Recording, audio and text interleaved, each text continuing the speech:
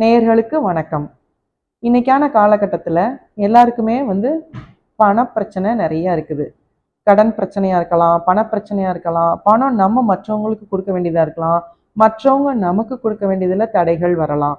அதெல்லாமே அதற்கு தவிர்க்கிறதுக்கு ஒரு சின்ன டிப்ஸ் பார்க்கலாம். அது என்ன அப்படின்னா, ஜிபு சிம்பிள் ஆஃப் மணி.